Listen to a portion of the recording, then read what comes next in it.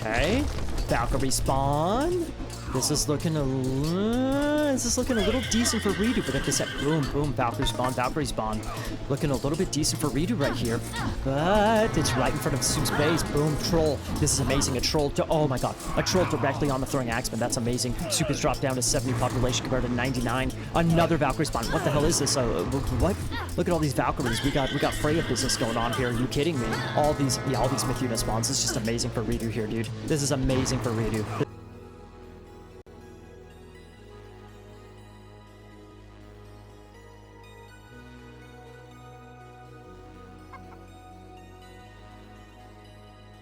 What the fuck is going on here?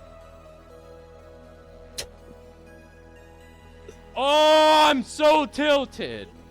Chill out, dude. Gluminati is tilted, so is Snowcone. We're not entirely sure why, but he's tilted, man. They're tilted. I am definitely not tilted because we have a 1-to-1 tie currently in our Fimbulwinter bronze match, man. Yeah, Twitch chat is cracking me up. Anyway, so like I said early on, I think game number 1, Soup definitely has the likelihood, the potential, the possibility of playing non-Loki gods, and so he goes for Thor in game number 2, gets a very nice victory there, going in, but he does swap back over to Loki for game number 3, actually. We've seen Soup. And so we have another Loki mirror here, people. We have another Loki mirror. We saw I'm not 100%. I think it was Shelty against Soup that we had a Loki mirror. I think that's the last time. Soup played on Savannah. I can't remember 100%, but I think it was like round 4. I think it was round 4. Shelty against Soup. Loki mirror.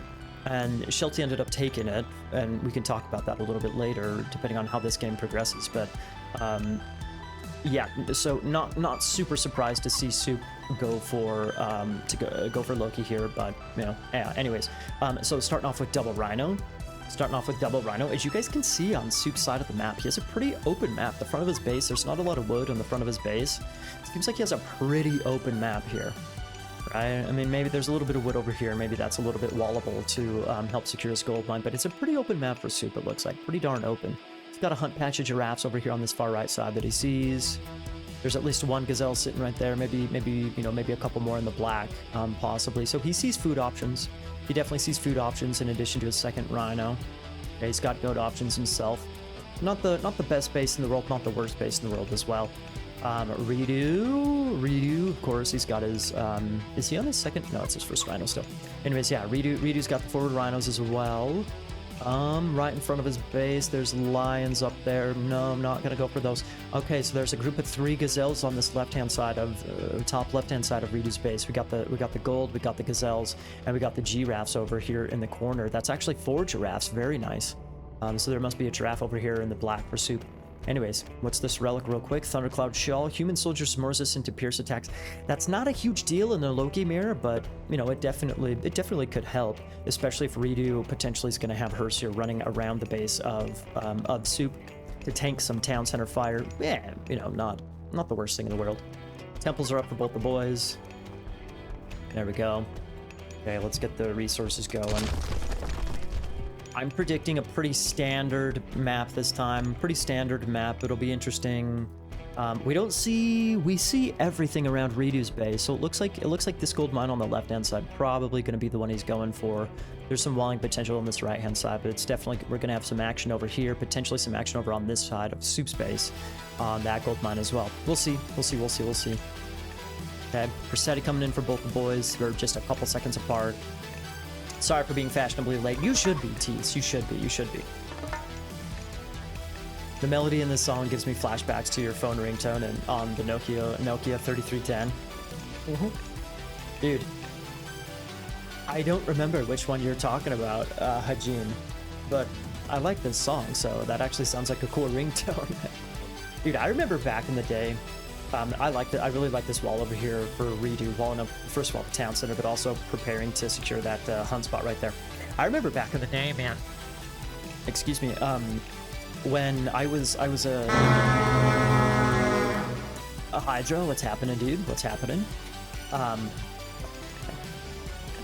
What was I gonna say? Yes, I had my, oh, double temple. Soup actually goes for the double temple. That's a little bit interesting. Double temple for Soup, and then we got, temple longhouse for Redo. Interesting, very interesting. Anyways, back when I was a senior in high school, after I turned 18, I begged my parents to give me a, or to allow me to get on their family plan so I could get a cell phone. And they just came out with the family plans that started to become really popular. You get a family plan, so you could pay $10 a month for an extra phone. Anyways, and so it took me forever to convince them. I was 18 years old, but still a $10 family phone plan, dude. That's not too shabby. You'll go for that all day. Anyways, so that was when flip phones were not new, but flip phones were all the rage. I was so proud of my flip phone, dude. I was so proud of my flip phone. I love my flip phone. I really love my flip phone, man. I downloaded 1 or 2 songs to use as a ringtone, but I never really used the ringtone because I just had my phone on vibrate all the time instead of the ringtone. I miss those days, man. I really miss those days. Good times. Hall of Fame's already coming in for Soup. He's a little bit slow to get that going, actually. He has this temple right here is idle, actually. He's not producing anything out of that temple. That kind of gives Redo an opportunity to potentially outproduce if Soup doesn't get that going. Redo looking for the hunt right here. Doesn't find it. He is going to find this hunt over here, however. Did Redo scout this? He's going straight there.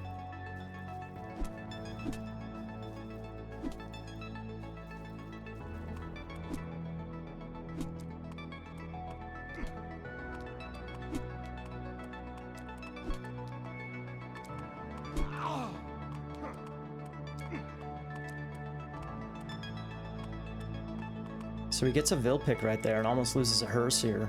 Start to Ravenbeard, almost dies. Herseer down, I'm not sure whose Herseer that was.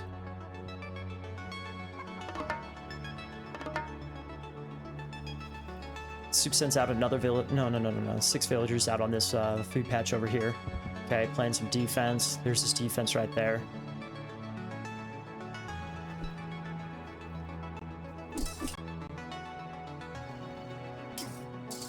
Okay, that is a sick Ein spawn right there. Is Soup gonna get the Einherjar pick, honestly? He's going for the Einherjar, but that looks like that Herseer's gonna die. Boom, Herseer goes down. That Einherjar, honestly, that was huge. Ein down. Double another Herseer, boom, another Herseer goes down. Redo getting so many... Okay, Ein spawn for Soup as well, kind of in an awkward position. Is he gonna get the horn blow? That's a big question. Is he gonna get the horn blow? Boom, blown hath been horn. I mean, what? The horn has been blown. Redo's still going for the fight here, though. Soup is down on population by a bit, gets a Valkyrie spawn, and a Valkyrie spawn for Redo as well. Awkward little fight here. It looks like Redo took the better fight, honestly. Can Soup snipe that Herseer right there? Possibly? Mr. Biscuit Drowner. Boom! 1 HP left in the Biscuit Boy. 6.14 speed, 5.72. What? Oh, I didn't even see this! This is so amazing! Redo got the boots of kick everything. I didn't even see that relic, man. He gets the boots of kick everything, so his Herseer are able to escape. I don't even, like, how many Herseer did he lose there? Let's check the postgame, honestly. Let's check the postgame real quick. Okay, so the kill to death ratio is just about equal. It's just about equal right there, but still, it does take into consideration some of the free myth units that were killed. I think that Redo had the slightly better engagement there, honestly. He seems like he killed more Herseer of Soup, and the only reason why Soup has, some better kill death ratios because he killed a couple of the free myth units. Not as big of a deal, honestly. This is a really good gold mine right here, actually, for Soup. Soup has 2 potential gold mines to go for. He's already walling up this gold mine over here, in addition to his hunt, which is nice, but, yeah. Yes, that's awesome. I agree, Tease. That is definitely awesome. Tower upgrade for Soup coming in. Okay, he ends up going for a wall right there instead of just wall chipping the tower. Interesting. Populations we're basically dead equal on population numbers. Okay. However, Soup does have Troll Valkyrie on here. you know, in a Loki mirror, sometimes you want the, I did 2 trolls actually. Sometimes you want those Herser numbers, baby. You want the Herser numbers instead of the myth unit numbers, because the, you know, the Herser can just pick up the myth unit so dadgum fast. Soup's actually swapping. He dropped in Longhouse. He's swapping over to some throwing axemen actually. Interesting. Ridu's getting a nice little engagement here. Honestly, Ridu's getting a nice little engagement here.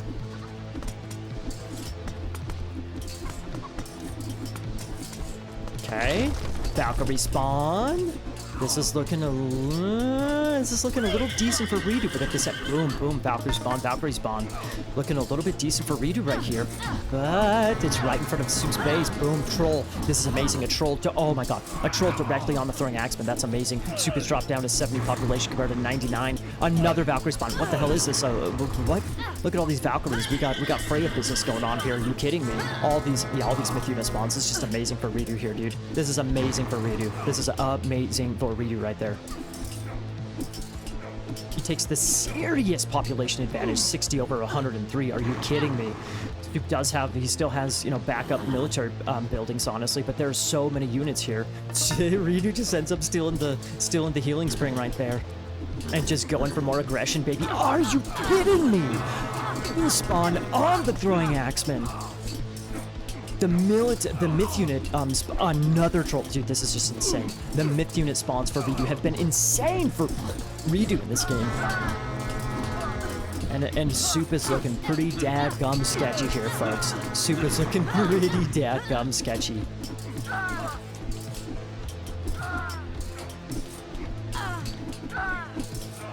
Okay, we got another Ein spawn, dude. Check this out. Soup's down on 44 population compared to only 80 for Ridu.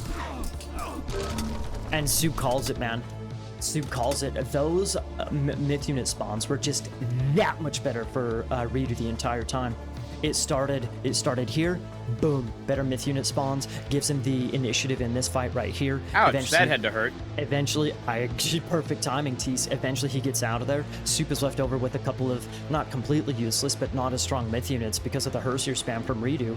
He ends up taking that engagement. I like the idea of Soup switching over into the throwing axeman play here. But it just felt like there was, again, some good myth unit spawns on the throwing axeman there, killed them pretty darn, quickly enough. Ridu won with the RNG. Yeah, Ice, exactly. Ridu won with the RNG, the random myth unit spawns. Dude, that's how Loki mirrors go, baby. That's how Loki mirrors go. It is what it is. Nice KD, 34 to 47. Their military count is pretty much the same. But the kill to death ratio definitely better for Ridu. So Ridu pops. What am I trying to say? Pops. What is he popping? Pops a 2 onto the scoreboard. That's what he does. Quick little gander at the rest of the stats. Interesting stats. Okay, all resources total basically the same. Basically the same resources, but yeah, the kill death ratio just very much so better for Ridu in this one.